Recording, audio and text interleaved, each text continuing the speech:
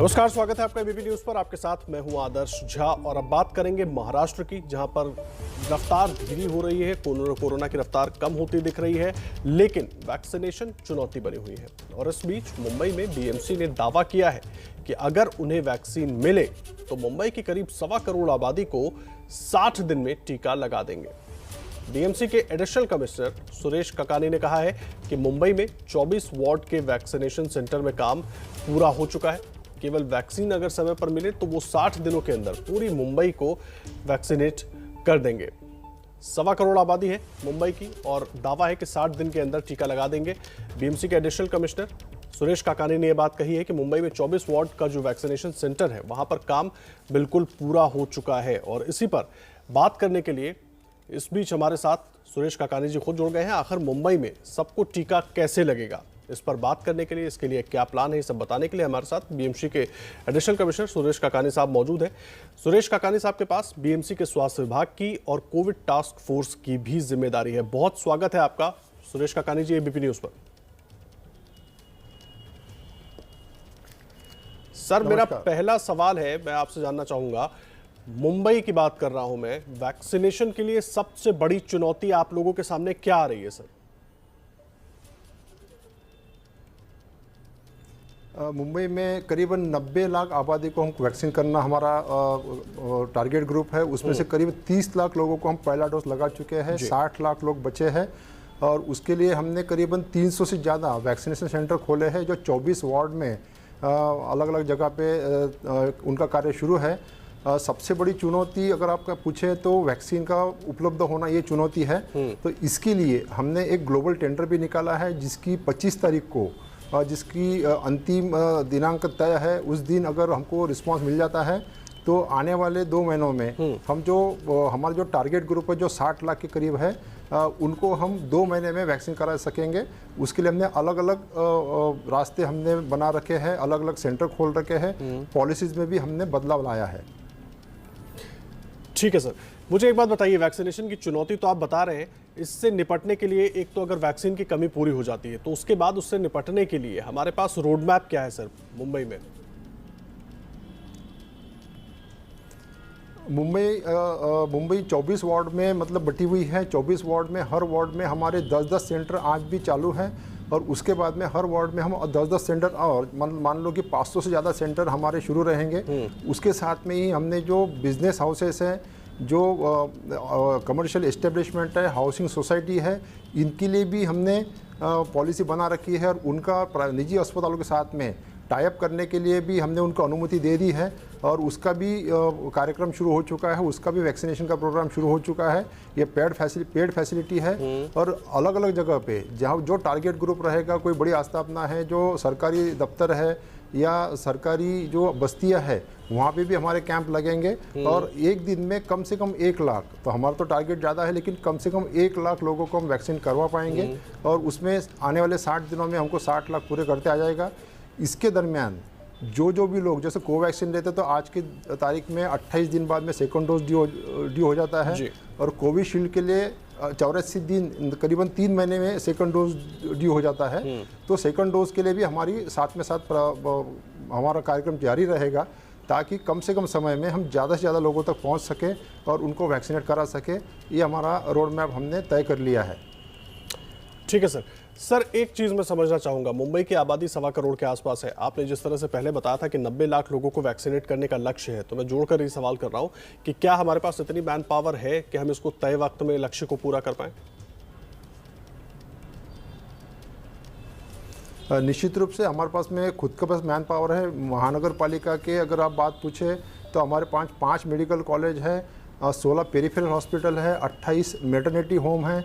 उसके साथ में ही हमारे 216 जो डिस्पेंसरीज हैं और 200 के करीब हेल्थ पोस्ट है और 5 हमारे स्पेशलाइज्ड हॉस्पिटल है। तो ये सभी को लेकर इसके साथ में ही हमने यहाँ पे निजी अस्पतालों का भी काफ़ी बड़ी मात्रा में उनका प्रेजेंस है। निजी अस्पतालों को हमने अधिकार दे रखे हैं वैक्सीनेशन करने के लिए। और उसके अलावा अगर कोई एनजीओ सामने आती है, उसके बाद में अगर डॉक्टर, नर्सेस और वैक्सीनेशन करने वाला स्टाफ अगर उपलब्ध है, तो उसको भी हमने आह्वान किया है कि वो भी हमारे इस कार्यक्रम में हाथ बटाए। और हमको काफ़ी अच्छा रिस्पांस मिल रहा है, लोगों में उत्साह भी है। वैक्सीन अगर आ जाए तो निश्चित रूप से ये सभी लोग एक साथ अगर काम करना शुरू कर दें तो 1 लाख जो हर रोज़ का हमारा जो लक्ष्य है, लक्ष्य तो हमारा ज़्यादा है, लेकिन 1 लाख कम से कम निश्चित रूप से बिना कोई तकलीफ हम कर पाएंगे, ऐसा हमें विश्वास है। ठीक है सर, एक चीज़ बताइए, क्या क्योंकि मुंबई बहुत फैली हुई है, 24 वार्ड का जिक्र आप खुद भी कर रहे हैं, बहुत दूर दराज का इलाका भी इसमें आ जाता है, क्या घर घर जाकर के भी वैक्सीनेशन की योजना है कि घर जाकर वैक्सीन लगाई जाए लोगों को? वो भी पर्याय हमने खुला रखा है ताकि उस पर्याय में जो सीनियर सिटीज़न है, जो बेड रिडन है, जो घर से बाहर निकल नहीं सकते हैं, उनका भी हमने पर्याय खुला रखा है। फिलहाल हम केंद्र शासन के जो निर्देश है उसके मुताबिक काम कर रहे हैं, लेकिन जल्दी से जल्दी पहुंचने के लिए हमने वो भी एक पर्याय हमने सोच रखा है। उस पर भी हम अगर अनुमति मिल जाती है हमको तो हम काम करना शुरू करेंगे और ज़्यादा से ज़्यादा लोगों तक हम जल्दी से जल्दी पहुंचने का हम प्रयास करेंगे। सर एक चीज़ मैं समझना चाह रहा हूँ आपसे, 1.25 करोड़ लोगों की बात है, अब टीकाकरण हमको करना है 60 दिन में, 90 लाख का आप भी एक एस्टिमेट दे रहे हैं कि हम लोग चाहते हैं कि 90 लाख लोग हो जाए वहाँ पर वैक्सीनेटेड, लेकिन एक तो वैक्सीन की कमी है सर, दूसरा कैसे मैन पावर मैनेज करेंगे क्योंकि 90 लाख बहुत बड़ी संख्या है, तो ये होगा कैसे सर 60 दिनों के अंदर? नहीं, हमने पहले से ही, जैसे पहला चरण जब हुआ था वैक्सीनेशन का, उसी समय हमने हमारा लक्ष्य 50,000 रखा था और 50,000 लोगों को हम आज भी वैक्सीनेट बिना कोई तकलीफ के कर सकते हैं। इसकी कैपेसिटी हम दुगनी कर दे। जैसा मैंने कहा, हमारे पास मैन पावर की कमी नहीं है, हमारे पास में जो निजी अस्पतालों में भी काफ़ी मैन पावर है जो वैक्सीन लगवा सकता है, उनके पास में डॉक्टर्स भी पर्याप्त मात्रा में उपलब्ध है। सिर्फ एक ही सवाल बचता है इसमें कि वैक्सीन हमको कितनी मिलती है और कब मिलती है। तो केंद्र शासन और राज्य शासन से हमको वैक्सीन मिल रही है, उस पर हम हमारा 50,000 का लक्ष्य पूरा कर रहे हैं। अगर हमारा टेंडर सक्सेस हो जाए और 25 तारीख को, जिसकी मैंने कहा कि अंतिम तिथि हमने तय की है, उस समय अगर हमको रिस्पांस मिले, उसमें भी हमने करीबन 1 करोड़ वैक्सीन खरीदी करने का हमने तय किया है। वो अगर सब प्रक्रिया ठीक रूप से पूरी हो जाए और हमको परमिशन अगर मिल जाए और बिडर अगर आ जाए उसमें, तो निश्चित रूप से हमको वैक्सीन मिल पाएगा और वैक्सीन मिल जाने के बाद में 1 लाख लक्ष्य पूरा करना कोई हमको तकलीफ जाएगी ऐसा मुझे लगता नहीं है। ठीक है, ये अच्छी बात आप कह रहे हैं सर, दिक्कत बस वैक्सीन की है, वैक्सीन आ जाए तो हम लोगों को जल्द से जल्द टीका लगा पाएंगे। एक चीज़ मैं समझना चाहूँगा, ग्लोबल टेंडर का जिक्र आप भी कर रहे हैं, 1 करोड़ वैक्सीन प्रोक्योर करने की कोशिश राज्य सरकार की है, एक तो उस पर भी जानना चाहूँगा, और ऐसे भी पूरी मुंबई की अगर हम बात करें तो टीका लगाने पर सबको 2 डोज तो सबको लगनी है सर, कितना खर्च आ जाएगा? कुछ है आप लोगों के पास इसका एस्टिमेट कुछ, क्योंकि सारे प्लान्स बने होंगे आपके पास? हाँ, हमने खर्चे का भी हमने अनुमान लगाया है। जो वैक्सीन खरीदी करने का जो खर्चा है, जो बिडर में जो L1 रेट आएगा, जो मिनिमम निम्नतम जो दर आएगा उसके मुताबिक हम करेगा, तो उसमें भी करीब हमारा ज़्यादा पैसा उसमें लगने वाला है। और अगर मैं एक बूथ लगाता हूँ वैक्सीन लगवाने के लिए तो 1 महीने का खर्चा मुझे करीबन 5 लाख, कम ज़्यादा हो सकता है, लेकिन करीबन 5 लाख 1 महीने का खर्च होता है। और 2 महीने में मतलब वो बूथ का हमको 10 लाख खर्चा आएगा। आज हमारे करीबन 300 से ज़्यादा बूथ है, और उसके बाद में अगर हम 600 बूथ भी करते हैं तो उसमें निजी अस्पतालों का बूथ अगर छोड़ दे, महानगर पालिका और राज्य शासन के जो बूथ अगर पकड़ ले, तो हमको 1-2 महीने का खर्चा एक बूथ के लिए 10 लाख का करीब खर्चा आएगा। और उसके लिए हमारे पास में प्रावधान भी हमने रखा है। और आज भी हमारा जो कोविड पेशेंट पे जो खर्च हो रहा है उसकी अगर बात करें तो उससे ये खर्चा काफ़ी कम है, और इसलिए हम इसको बहुत एग्रेसिवली हम जाना चाहते हैं, बहुत तेज़ी से जाना चाहते हैं, ताकि अगर तीसरी लहर भी अगर आ जाए तो हमारे पास में पर्याप्त मात्रा में, मतलब ज़्यादा लोग इन्फेक्ट नहीं हो, अगर होती भी है तो जल्दी से जल्दी वो दुरुस्त हो, ऐसा हमारा प्रयास है। इसलिए हम इतना एग्रेसिवली ये काम कर रहे हैं। जी सर, आप एक चीज़ बता पाएंगे, अभी जो राज्य शासन को वैक्सीन मिल रही है केंद्र की तरफ से, उस पर कितना खर्च हो रहा है राज्य शासन का, या उस पर केंद्र की तरफ से भी वैक्सीन मिल रही है उस पर खर्च नहीं हो रहा, व्यवस्था पर खर्च हो रहा है? जी, अभी केंद्र शासन जो हमको वैक्सीन मिल रही है उसमें हमको कोई निधि देना नहीं पड़ता है, कोई पैसा देना नहीं पड़ता है, और हमको राज्य शासन के मार्फत मिलती है। राज्य शासन भी खुद भी हमको जो दे रही है उसके लिए हम कोई अभी भुगतान नहीं कर रहे हैं, लेकिन हमने जो टेंडर निकाला है उसका पैसा हम महानगर पालिका की ओर से खर्च होगा। जी सर, एक बात बताइए, राज्य के पास अभी कितनी वैक्सीन की डोज है, या मुंबई का मैं अगर जिक्र करूं तो कितनी डोज है मुंबई में? मुंबई में जैसा मैंने कहा कि अभी बहुत कम डोज है, इसलिए हम जो जा रहे हैं अभी हम 50,000 तक लक्ष्य तक हर रोज़ पहुंच रहे हैं।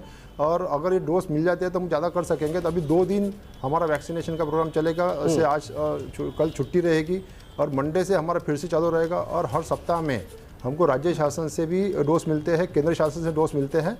तो वो डोज हमको 50,000 पर दिन हर रोज़ 50,000 के मुताबिक करीबन 3 लाख डोज हमको 6 दिन में लगते हैं। तो उतने हमारे पास में डोज आ जाते हैं। तो हर हफ्ते दर हफ्ते हमारा ये प्लान बनता है और हम उसको आगे ले जाते हैं।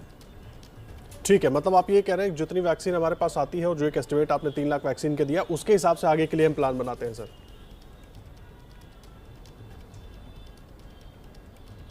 जी ठीक है सर, एक और चीज़ समझना चाहूँगा, बीएमसी ने जो ग्लोबल टेंडर की प्रक्रिया निकाली है उसके लिए किस तरह का रिस्पांस मिल रहा है आपको? बाकी अलग अलग देशों से, अलग अलग कंपनी से किस तरह का रिस्पांस मिला है अभी तक?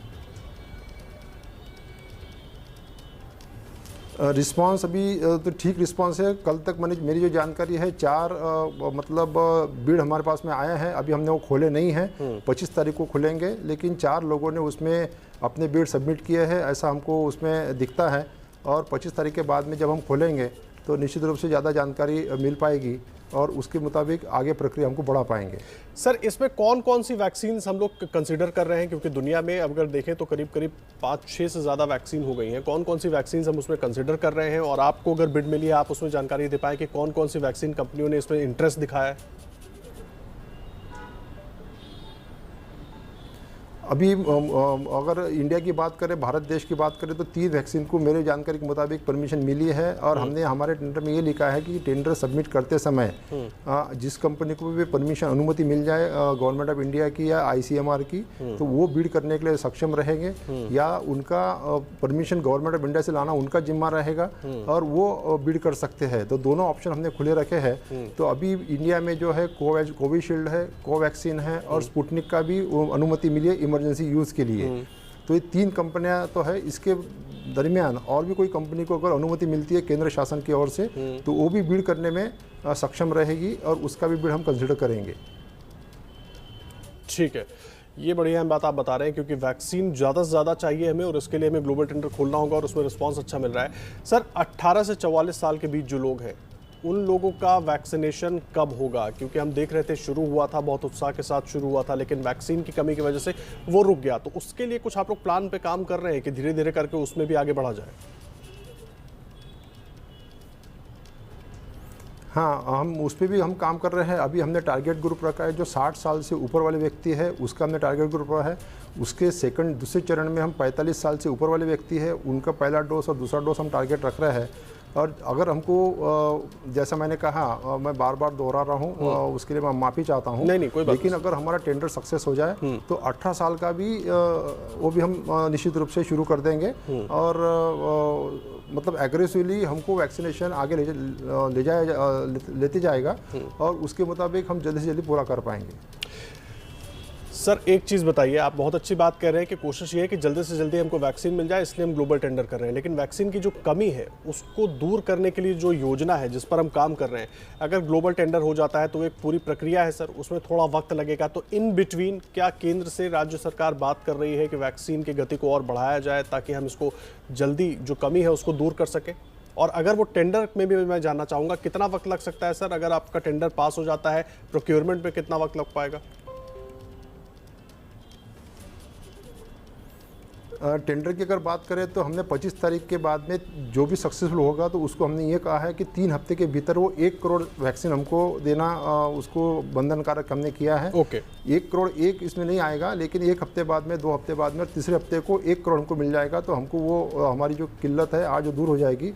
इसके साथ ही हमने राज्य शासन के मार्फत केंद्र शासन से भी अनुरोध किया है कि हमको ज़्यादा अगर वैक्सीन जल्दी मिल जाता है और ज़्यादा से ज़्यादा अगर आप दे पाते हो या कोई एक फेज्ड मैनर में अगर दे पाते हो तो हमको प्लानिंग करने में सुविधा होगी और उसके मुताबिक हमको वैक्सीनेशन का प्रोग्राम, ये जो ड्राइव है, ये हमको आगे ले जाते जाएगा।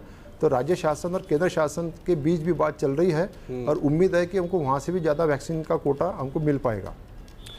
ठीक है सर, इस बीच एक चर्चा पूरे देश में होती रही कि वैक्सीन की डोजेस तो लगाई जा रही हैं लेकिन उसकी बर्बादी भी हो रही है। ये भी एक बड़ी चुनौती है सर, उससे कैसे निपट रहे हैं आप लोग मुंबई में?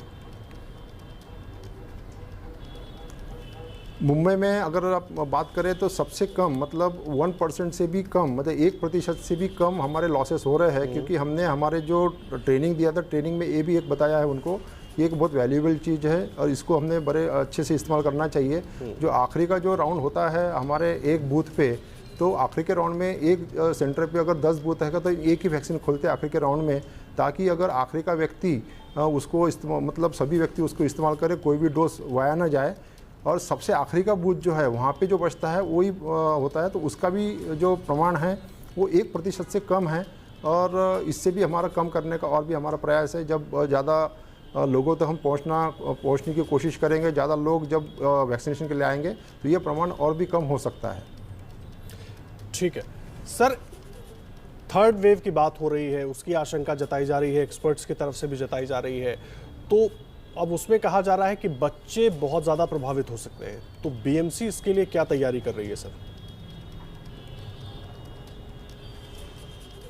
मैं आपको बताना चाहूँगा कि तीसरी लहर अगर आती है तो ऐसा कहा जाता है कि बच्चों का जो प्रतिशत है वो ज़्यादा रहेगा। इसके लिए हमने हमारे जो 4 नए सेंटर बन रहे हैं उसमें हमने एक पीडियाट्रिक वार्ड हमने बनाना तय किया है। और ये वार्ड बनाने के लिए क्या क्या लग सकता है, जैसे NICU में क्या क्या लग सकते हैं, बेड की साइज़ क्या हो, पेरेंट अगर उसके साथ बच्चे के माता पिता कोई एक रहना चाहे तो उसकी व्यवस्था कैसी हो, दवाइयाँ कौन सी लगेगी, वेंटिलेटर क्या लगेंगे, इक्विपमेंट कौन से लगेंगे, ये सब हमने तय कर लिया है और इसका निर्माण चालू कर दिया है।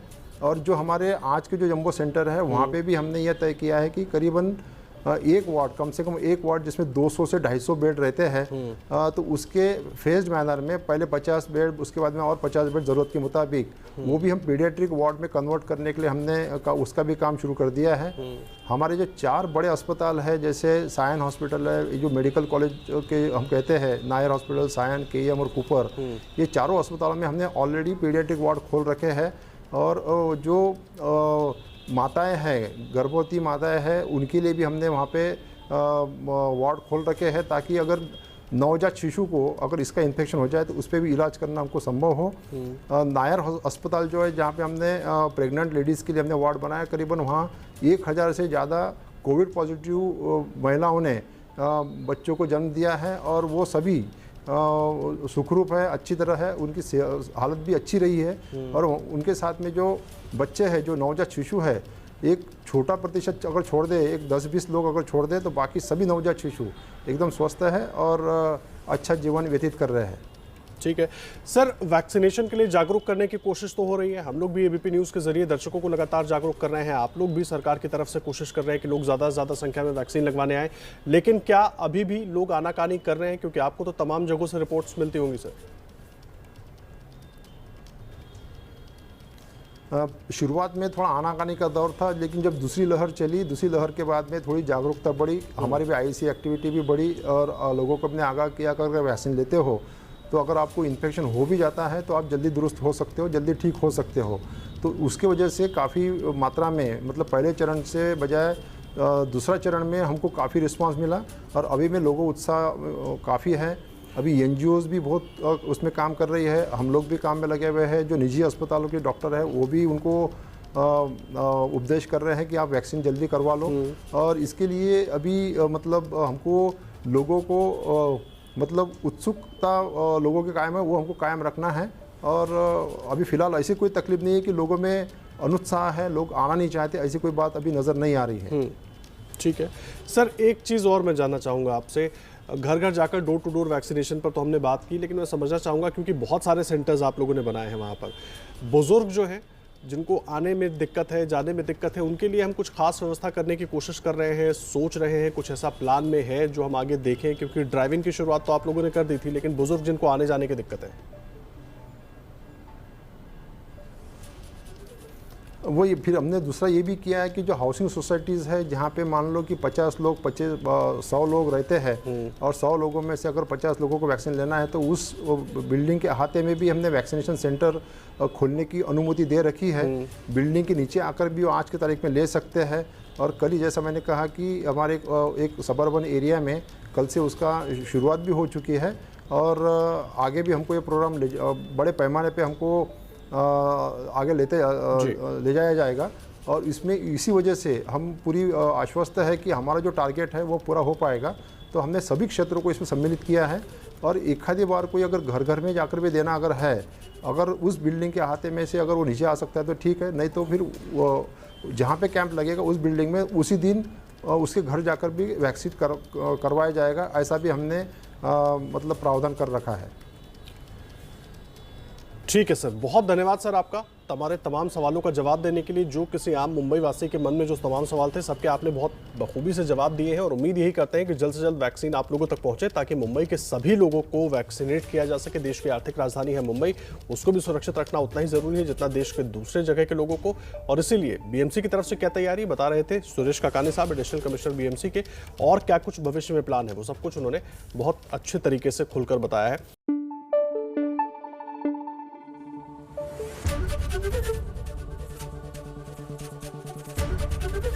एबीपी न्यूज आपको रखे आगे।